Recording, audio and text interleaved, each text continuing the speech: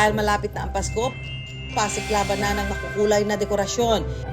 Siyempre, ang mga kulay ng Pasko, ang pula at berde ang bumibida sa mga ito. Pero may isang kulay na madalas ding makita tuwing Pasko. Yan ang ube, na kulay ng Filipino classic favorite na puto bumbong. Ang ipinagmamalaking puto bumbong ng Marikina na halos 2 dekada na raw itong naging bahagi ng Pasko ng mga taga rito.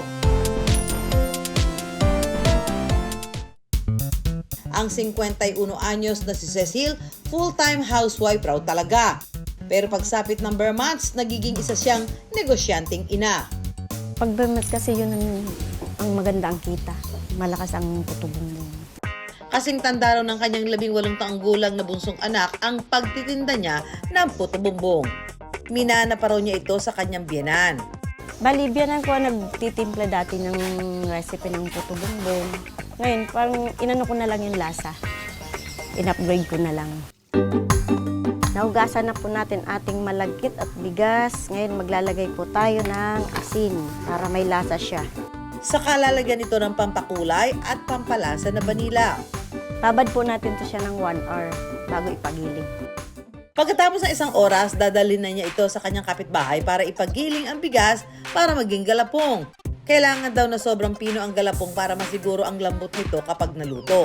Dati, sa palengke kami nagpapagiling. Ang hirap magpagiling sa palengke kasi mabigat ang bitbit, ka-tricycle ka. Ngayon nagkaroon na ng gilingan dito sa pinsan ng asawa ko. Dito na kami nagpapagiling, kaya maginhawa na.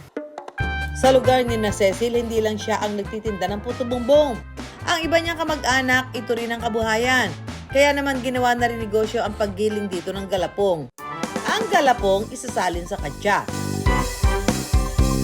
Saka ito dadaganan ng bato para maalis ang tubig sa galapong. Kapag natuyo na ang galapong, gagadgarin ito hanggang mapino. Ito yung bongbong kawayan. Tapos ito po, telang ibinalot para protection po sa init para hindi mapaso. Mahigit 1 kilometro ang layo ng pwesto ni Cecil mula sa simbahan ng Our Lady of the Abandoned sa Marikina. Pero dinarayo pa rin daw siya ng kanyang mga parokyano na galing simbahan. Basta pagpasok ng December, dinadagsaan na kami ng tao. Mga nagsisimba, galing simbahan, dumediretso na sa amin. Kaya pag bare months, wala nang pahinga, sinusulit na namin. Kasi pagkatapos na naman ng December, pahinga na naman kami. Next year ulit. Ang napinong galapong isinusuksok sa mga kawayan saka isasalang sa lutuan. Kapag umusok na raw ito o tumagal lang ng 15 segundo, ay luto na ang puto bumbong. Ay, yung puto bumbong namin, malambot, matamis, kasi gahalo yung alat at tamis mo sa puto bumbong. Ang kanilang klase puto bumbong, pinasarap ng nyog at asukal mula sa tubo o muscovado. Nakita ni Cecil na kailangan niyang i-level up ang kanyang produkto at naisip niyang lagyan ng ibang pampasarap ang kanyang puto bumbong. Ang kanilang bestseller na puto bumbong overload, mayroong cheese at gatas na kondensada bilang toppings. Para sa mga may sweet tooth, perfect na panghimagas ang kanilang puto bumbong de leche. Overload ito na nilagyan ng leche flan sa ibabaw. Balita ko, 2 dekada na kayo nagtitinda nito. Opo. Ah, okay. So ano to? Tinitinda nyo na pag magpapasko na? Opo, ma'am. Oh, okay. Oh. Bakit ayaw nyo going all year round? Hindi po, ma'am, kasi pag January po, parang hindi na siya nagkikrib yung mga Talaga? tao. Kunti na lang bumili. Nagtinda din kami niyan eh. Nagtinda din kami niyan sa palengke, sa Binyan. Tama, ganyan din. Nagbebenta din kami pag malapit na ang Pasko. Sa may harap kami ng simbahan. Tubong lugo ba? Hindi. Opo, ma'am. Ayan. So, ganito yan. Yung pinakabungbong. Tapos lalagyan mo ito ng ganito. Galapong. Galapong. Tas. Ayan. Lalagyan mo to. Dapat huwag mong pipikpikin. Dapat ang lagay mo dyan yung loose. Huwag mo siyang pipikpikin. Tapos, sasalang mo siya dito sa steamer. Tapos pag ayan luto na, para malaman mo luto, uusok na yung ibabaw. Oh, ha? Ito, muusok na uli. So, luto na rin yan. Ihahalik lang natin siya dito. At itataktak na.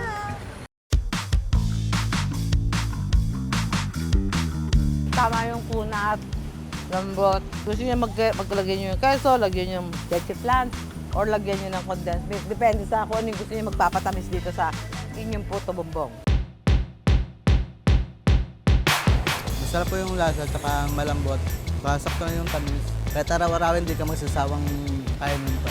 Paborito po to. Simula nung 7 years old ako. Yung anak ko, himan yun eh. Kauuwi lang. Hinahanap-hanap niya yan. Katuwang ni Cecil ang kanyang mga anak sa pagtitinda. Masarap sa pakiramdam pag nakakatulong ang mga anak. Kasi medyo gumagaan yung gawain mo, nagagawa nila yung iba. At kung minsan, ang kanya mismong biyanan. Masaya nga makikita ko sila may hanap buhay na mga anak niya na tutulungan. O tumutulong nga ako sa kanila. Babalot na nyo. Nagbabalot ng nyog, tulong-tulong ng ng mga kailangan. Nagbubukas sila tuwing alas 3 ng hapon hanggang hating gabi. 2,000 raw ang puhunan niya sa tuwing siya ay magtitinda. Maliit lang ang magiging kapital natin pag simula pa lang. Ngayon, pag napaikot mo na, napaubos mo araw-araw yung tinda mo, mapapaikot mo na, nandun na yung tinutubo mo malaki. Kada araw, kumikita na kami ng 3-5. Malinis na yun. Ang malaking tulong po sa pamilya. Pag ganyan bermas, siyempre nakakaluwag-luwag, nakakapag-ipon. Yung isa ko, tapos na ng HR.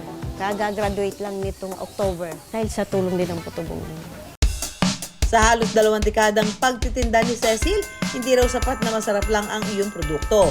Kailangan magiliw din tayo sa mga mamimili para naman maraming suki na bumalik-balik. Huwag tayong susuko sa pagod at hirap kasi may katumbas naman yan eh. Huwag tayong susuko sa hamon ng buhay. Hindi nga araw-araw ay Pasko, pero pinatunayan ni Cecil na pwede pa rin itong maging inspirasyon sa negosyo.